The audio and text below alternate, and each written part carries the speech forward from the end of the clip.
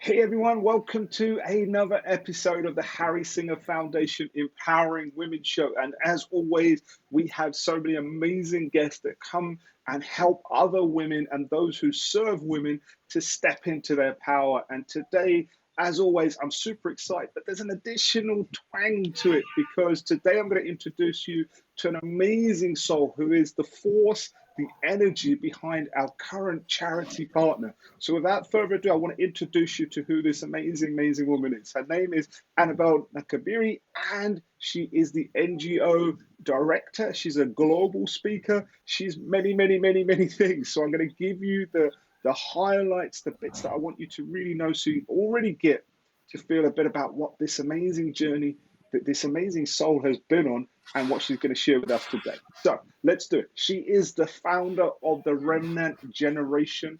She founded this in 2011. The Remnant Generation is our foundation's current charity partner, and you will find out why we are championing them and totally believe in what they do. But even before she founded the Remnant Generation, for 10 years before that, she was pouring her heart and soul serving street kids and high-risk families in Uganda and across East Africa. She's also personally a survivor of sexual abuse and child marriage. So she's not just coming from textbook, she's actually been there.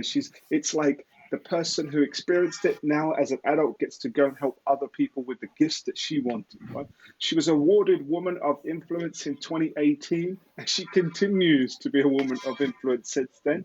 She's on the board of an organization called Crane, which is about Children at Risk Action Network.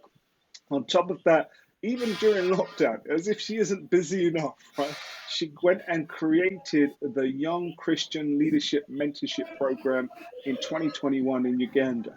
And I just want to share what's on her heart. She's on a mission to heal and empower girls and restore them to a safe and loving community.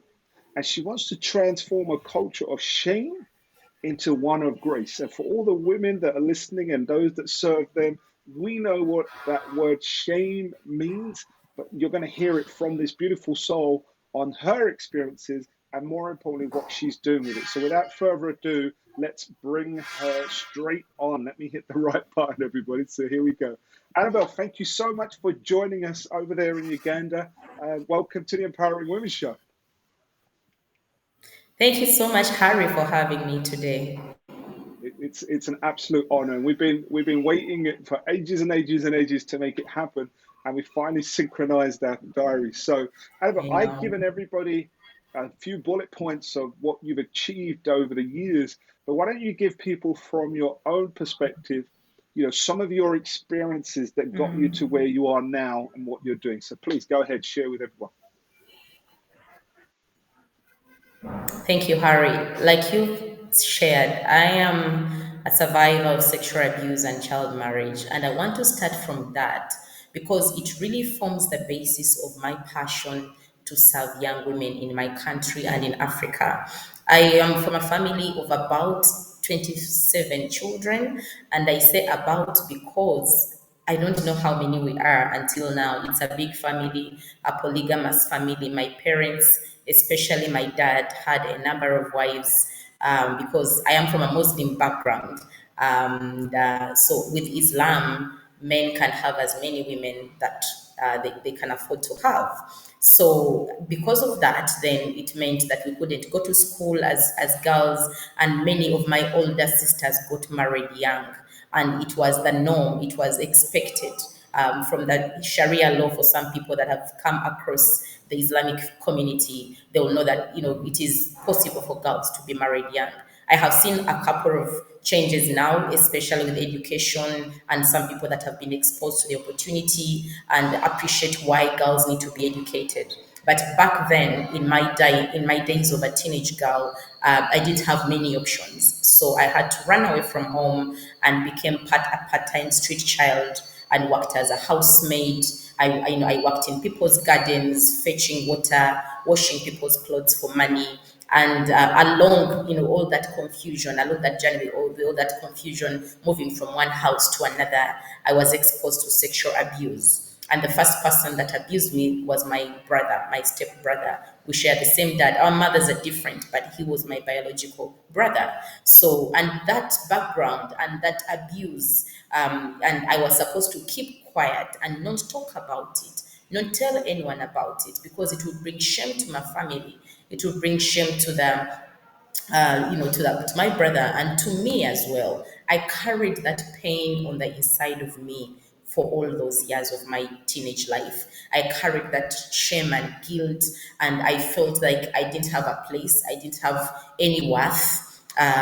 People looked at me as a young girl. Many men that I met along that journey were looking at me as a young girl, and all they were seeing was reduced down to just being a girl that is an object to satisfy men, many sexual desires. So it is from that place that shame and guilt brought me into a place of wanting to commit suicide. So one day I attempted to take my life because I couldn't hold it anymore. I wanted to die. I wanted to leave the world. I felt like I was the problem to the rest of the world. So I wanted to kill myself. And like only God would have it really. That the night that I was supposed to die is the night that I met a woman that changed the rest of my life. And this is a lady that was a teacher, was a school teacher, and she called me out, called for my name from the house where I was going to commit suicide. So that the story is really, really long. So I'll have to take out the highlights of the journey of my life. And she called me and told me that, you don't have to die. You don't have to die. There is purpose. There is hope. There is an opportunity for you to be somebody different. And for more than, I think, by then, 12 years, I had never talked to anyone about what happened in my childhood. And this is the first person that I opened up to. And it was my healing moment. It was my, moment of just pouring out that pain that was on the inside. And she walked a journey with me. She held my hand, gave me the opportunity to go through school, linked me to scholarship opportunities, journeyed with me to make sure that I am able to become the person I am now. So while the world celebrates the achievements they see now, the transformation in thousands of girls that we are serving, the families that we are impacting, the communities that have been transformed, I am very grateful for that one person that saw me and saw me from my place of pain and saw me from a place of brokenness and was willing to come out and pick me up. And that is what I want to be and do for the rest of the girls as I get the opportunity to. Wow.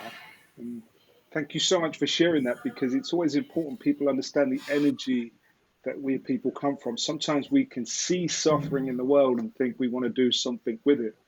And at the same time, sometimes we can suffer that ourselves and have a higher level of empathy and understanding. And, you know, since then, you now expose yourself to not just your experience, but like you said, thousands and thousands of other girls. So maybe that's the good thing. Let's move straight into that. Let's talk a bit about some of the work you do now so people get an experience of the work that you're doing, without sharing people's names and so on. But yeah, go ahead and do that now.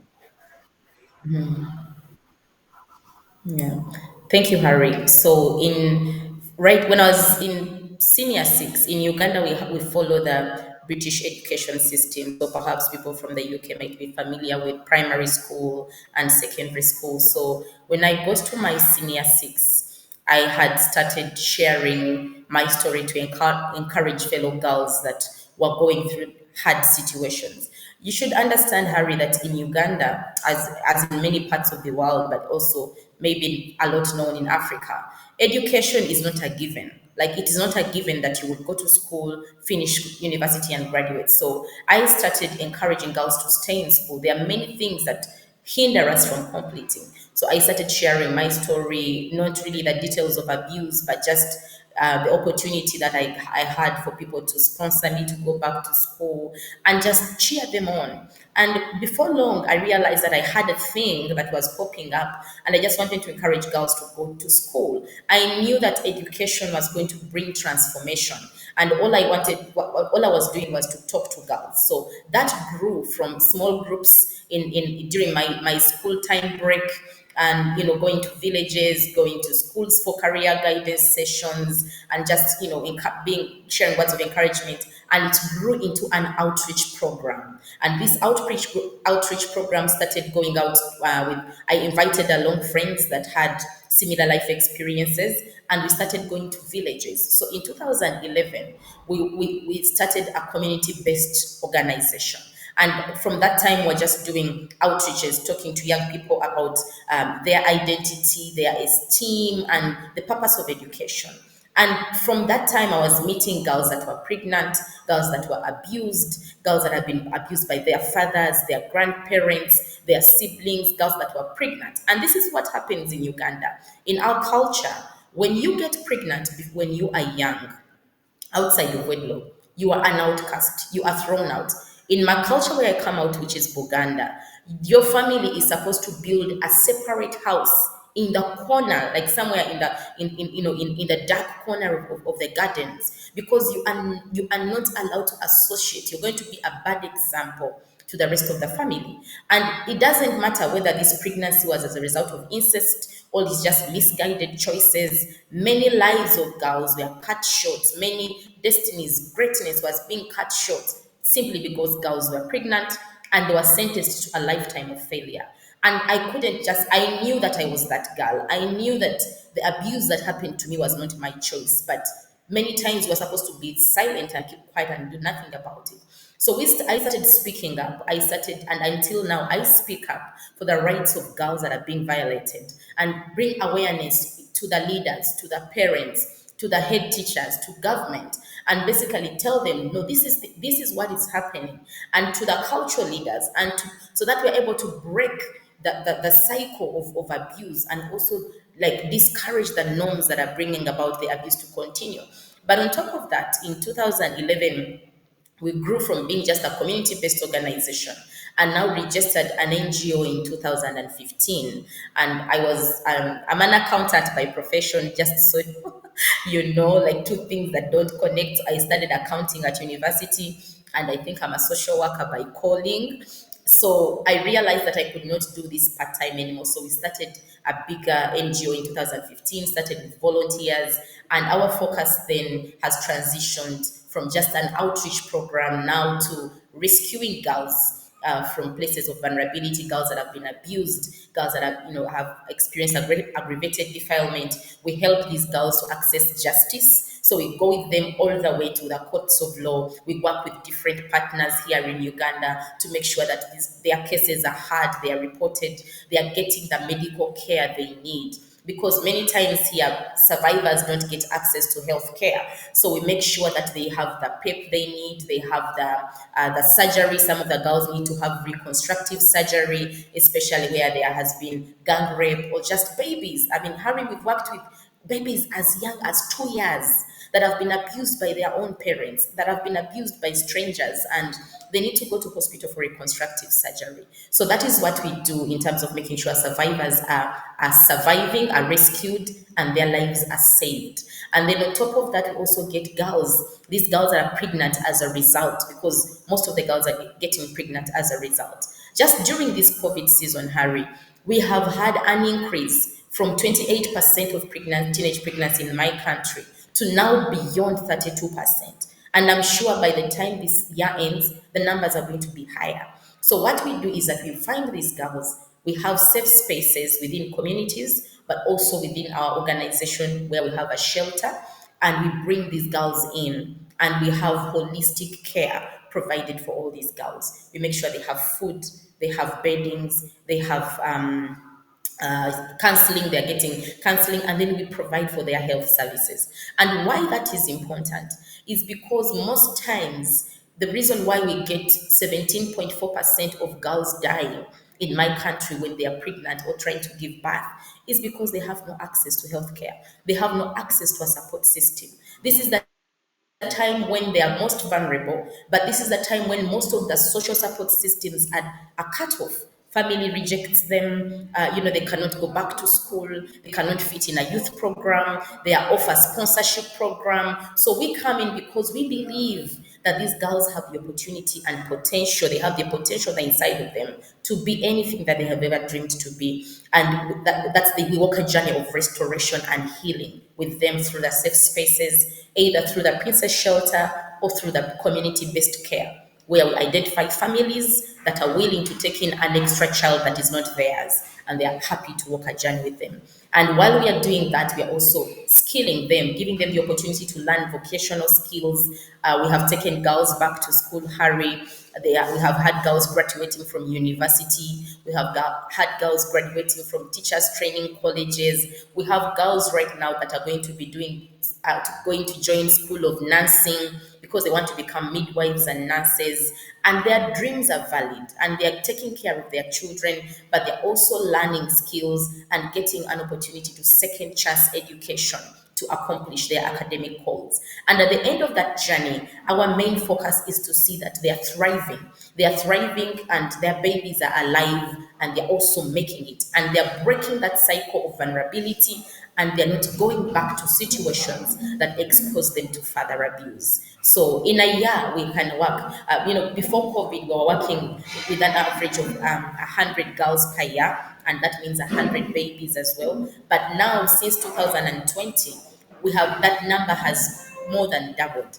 2020, we worked with 540 girls, and in 2021, we have already hit the mark of 1,000 girls because we realized that the need was growing bigger and we needed to multiply our interventions and found strategies to make sure that we are partnering more and reaching more girls.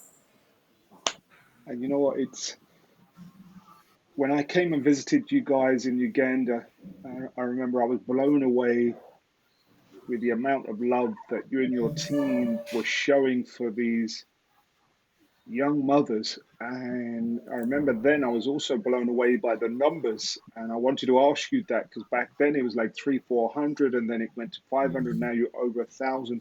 So I wanted everybody that's viewing this or listening Yeah. in, you know, just to get a scale of the numbers of young women that you're serving, and you're still only touching, the tip of the iceberg of what's going on. And I want to move Yeah. into what you guys do and how you manage to create these transformations. So just so people get it, right? So there's the rescuing aspect, and then there's the whole, restoration, helping them with their health care. But you do far more than that. You do, and you already, I'm glad you did. You start talking about how they're going off to careers and they're doing this whilst they're still getting to grips with motherhood, right? They're still taking care of those things. And you give them hope, you give them grace. And in a little while, we'll move into you sharing some of the tools that you guys use. But I want people to get clear the it's this is the scope of what you do. And I just want people to get an idea of, how what are the challenges for the remnant generation right now? Because when we selected you guys as charity partners, it was like, hey, we help Annabelle and everybody at the remnant generation. We know what impact they're going to create. But what are the challenges you guys face in supporting these girls? So I want people to really understand, because some people are like, they're not even aware of what goes on, and you've done a good job. So give us a little bit more of the challenges that you're being faced as an organization, and then let's get into some of the tools that you use so we can share with others. Go for it. Thank you, Harry. And really, like you said, when you chose us as charity for this year, basically, it meant a lot. And because then we know that there are people that recognize that we need to change the world by changing the story of teenage mothers and survivors of sexual abuse. And you've introduced us to so many opportunities and platforms. Now, while we are working, one of the biggest challenges is that access to justice is very challenging. These girls, many times, culturally, they are forced to keep quiet, not say anything about what happened, don't bring shame, like, and there's just so many. Uganda has great structures in terms of policy, in terms of institutions, but the implementation of those policies is a completely different thing.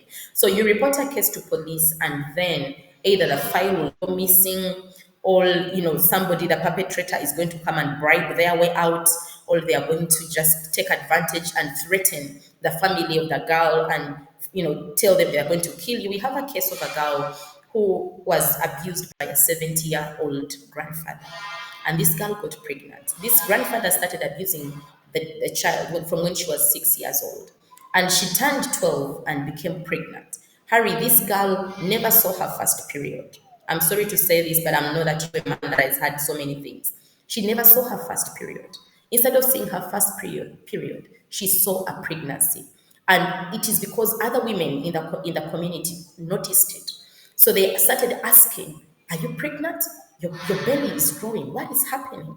And she couldn't comprehend it. She didn't know. And then she just said, they started asking her, "So are you sleeping with somebody? Is somebody taking advantage of you?"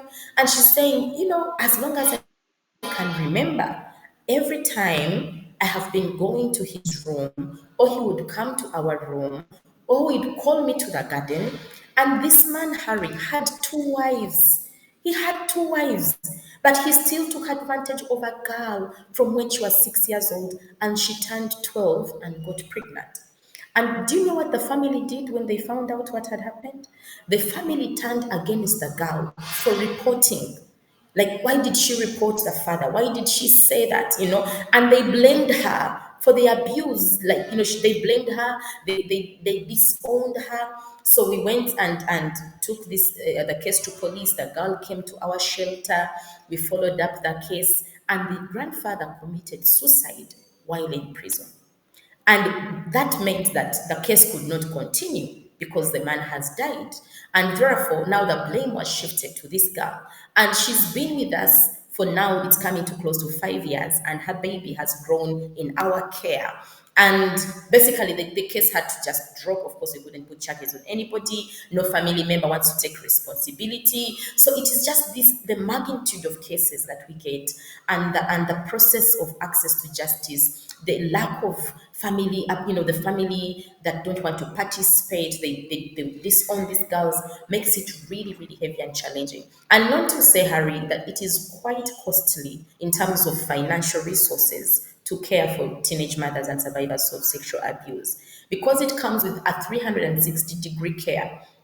You have been here and perhaps you've seen. So we have a full-time medical team that is working with these girls to make sure that they are getting, the health care that they need. We have a full-time counseling team. The girls come and they are suicidal. They have had mental health challenges because of the abuse that has happened. So the girls get into depression. They're experiencing trauma, and they need professional counseling support. They need professional health care. They need to be fed. Some of the girls are HIV positive. So that means they have to go on a special diet. They have to be, they need professional care and counseling, and all that comes with money. And there are health complications that are associated with teenage mothers because their bodies are small. Most of these girls are short. And you've been here and you've seen, like, literally, they're just very short. And in Uganda, girls don't grow so tall. Like, it is not a thing. Most of the tribes, like, people don't grow really, really tall. So if you're a teenager in the teenage age, like, they're usually short. And so now you imagine a 13-year-old, a 12-year-old with a big belly, okay? And this baby has to grow to up to like 38 weeks or 39 or 40 weeks. And the space is not enough. So they have issues with bones. The spleen is enlarging. The liver is failing. So you have to be in hospital earlier, either to have a premature baby.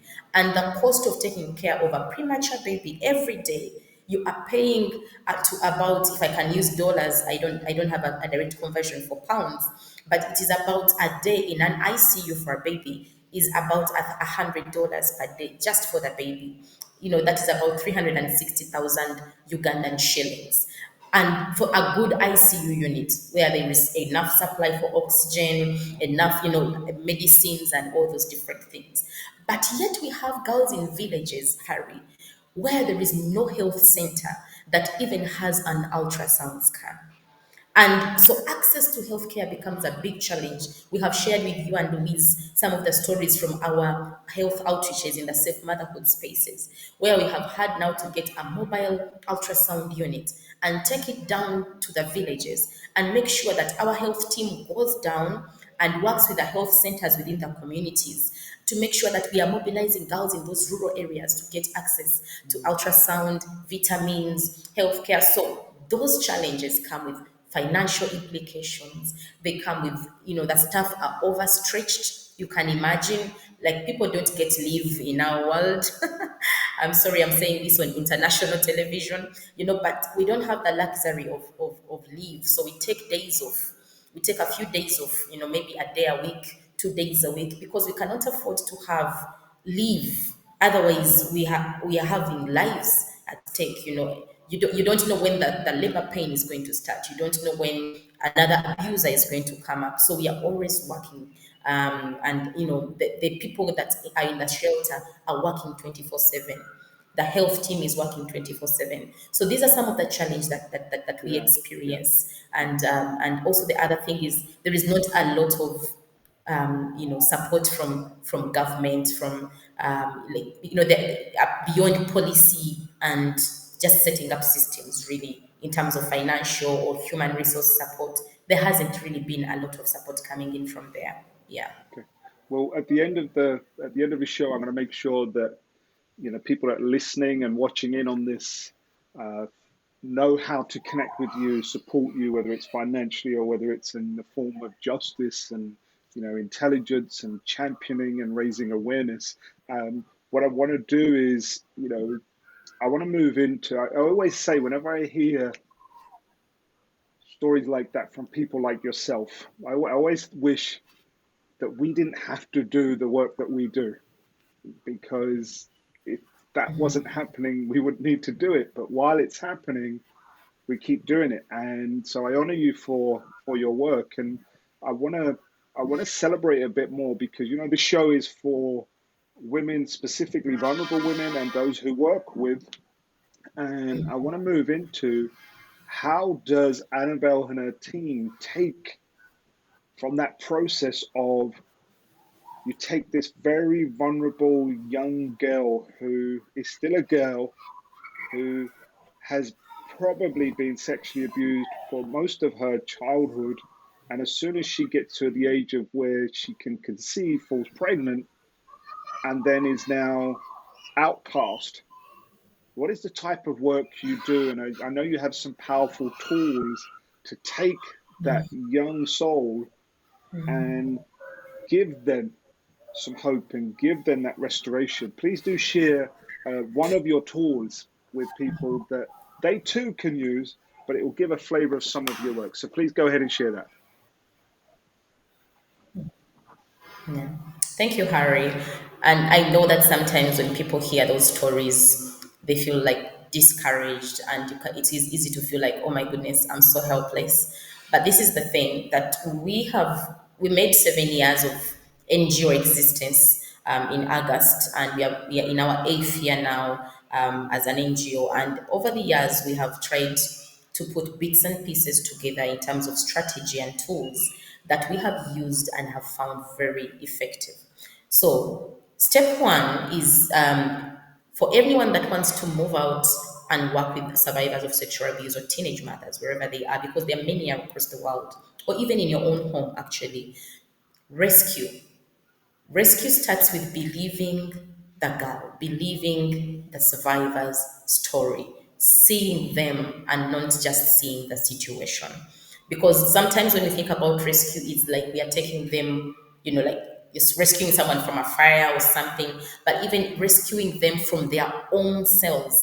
I don't know if, the expression would be perfect, but just rescuing those girls out of that particular place, that is exposing them to abuse, but also rescuing them out of the mentality of victimization so that they do not remain victims all their lives. One of the challenges is seeing survivors as victims and they remain victims. So we rescue them and then bring them to a place of restoration. So that is step two. Step one is rescue. We rescue from a place of abuse that is dangerous where they're exposed, but also rescue them from the victim mindset. Help them walk the journey from there and then realize that they can be restored. So that is where we have the biggest component of healing.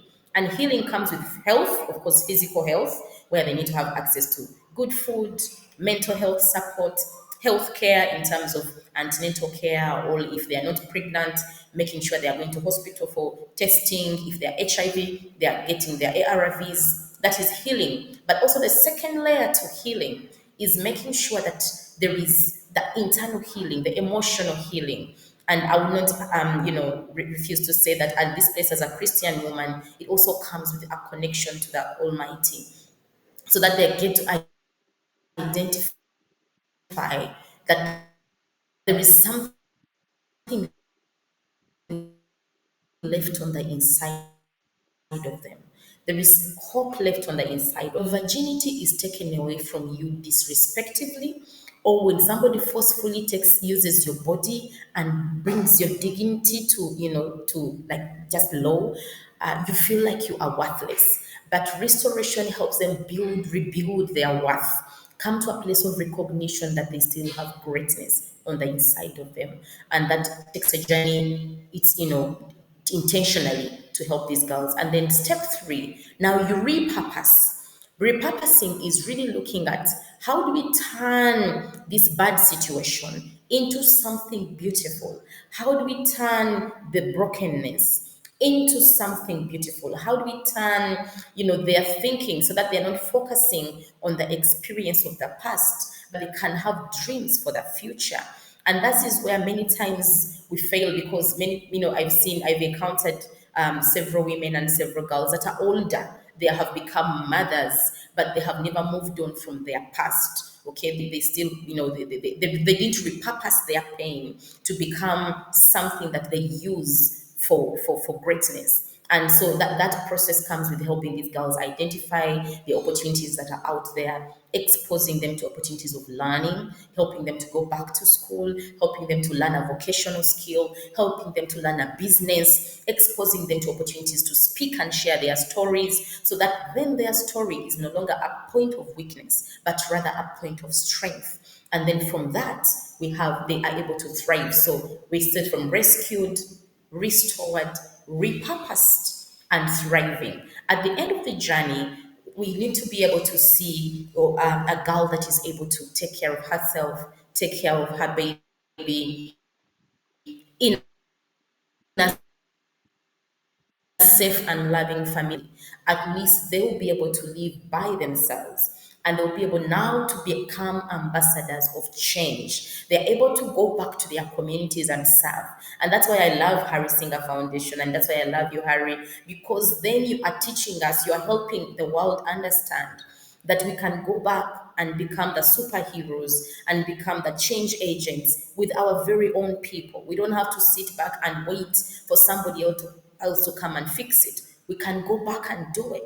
So, getting these girls from just being victims now to becoming agents of change. And we have seen that happen a lot. And that is how we are going to break the cycle. We are going to break the cycle of abuse. We are going to raise many Annabelles. We are going to raise many Harry Singers and get people to appreciate that the world can indeed become a good place.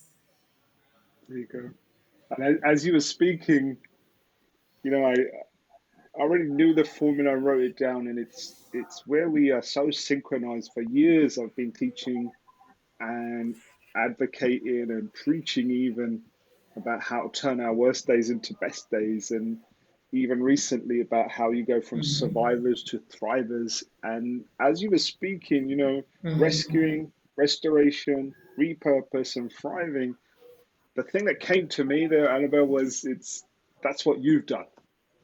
So you've gone through. You know, you talked about a certain individual that rescued you from the internal, not just the other stuff. And then, you know, the restoration, that healing process that you had to go through, and then repurpose your mind into a life of service, and saying everything that happened to you allowed you to come and help so many other people, and then, you know, you became a mother yourself, and, you know, all of these things. So I want to thank you on behalf of everybody on work that you do, and there's still more work to be done.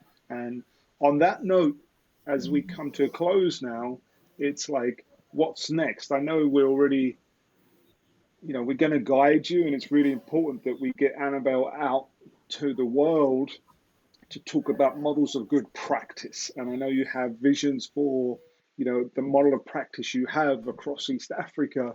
And, you know, we're going to be sharing, you know, you're one of the speakers on our virtual Women's Empowerment Summit this year.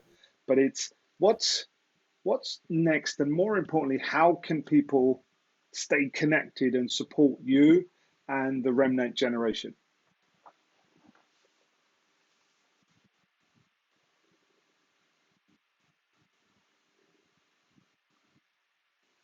Okay, I think it may have frozen. It's just an absolute example of us being live and being in different parts of the world. So if Annabelle does come back, we'll capture from her how to stay connected. But you know what? I have all those details already, and we'll be adding that to the episode. So if you're watching it on the YouTube channel, all the details will be there. Do the Google, the Remnant generation. And I'm going to give a few minutes to see if we do get her back on. But if not, I'll wrap it up. But you know, if you are watching this, wow, wow. I wanted you to get a flavor of what some of the amazing souls on this planet are doing in the most, you know, horrific circumstances. And whilst they're exposed to the worst of human behavior, there's still a shining light out there that, you know, like a phoenix out of the flames, that can come and still serve and, you know, help, like Annabelle said, get them to restore, you know, repurpose, and literally start helping other people. So I think I'm going to wrap it up there because we've come to our time as well. So guys, that was an amazing, amazing, amazing episode. Please share this episode, share it with other people. I'm just going to finish off as we always do. That was Annabelle Nakabiri. Please get in touch with them. Google the Remnant Generation. We'll have links on how you can support them, how you can donate. And if, like you heard from Annabelle, if there is anything there that you guys are like experts in, stand out in when it comes to justice, right? Because that's what she said is one of her biggest challenges. Please do reach out. So that's it. It's another episode of the Harry Singer Foundation Empowering Women show.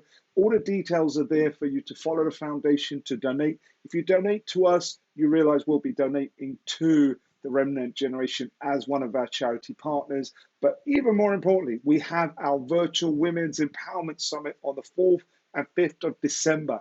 It is a 2-day summit with no less than 12 powerhouse speakers, amazing women from around the planet. In fact, they're represented from across 5 continents, and it's free. So it's not a plush to me. Most times people, when they say have a free event, it's like you got people selling it. There is no selling. Every single one of these women are beautiful souls who come here to serve on one purpose, sharing in their own way how women can step back into their power. So go ahead, check on the foundation, reach out to us. So registration will begin, I believe, on November the 1st, 2021 for this year's Women's Empower Summit. I'm Harry Singer. I look forward to connecting with you on another episode really soon.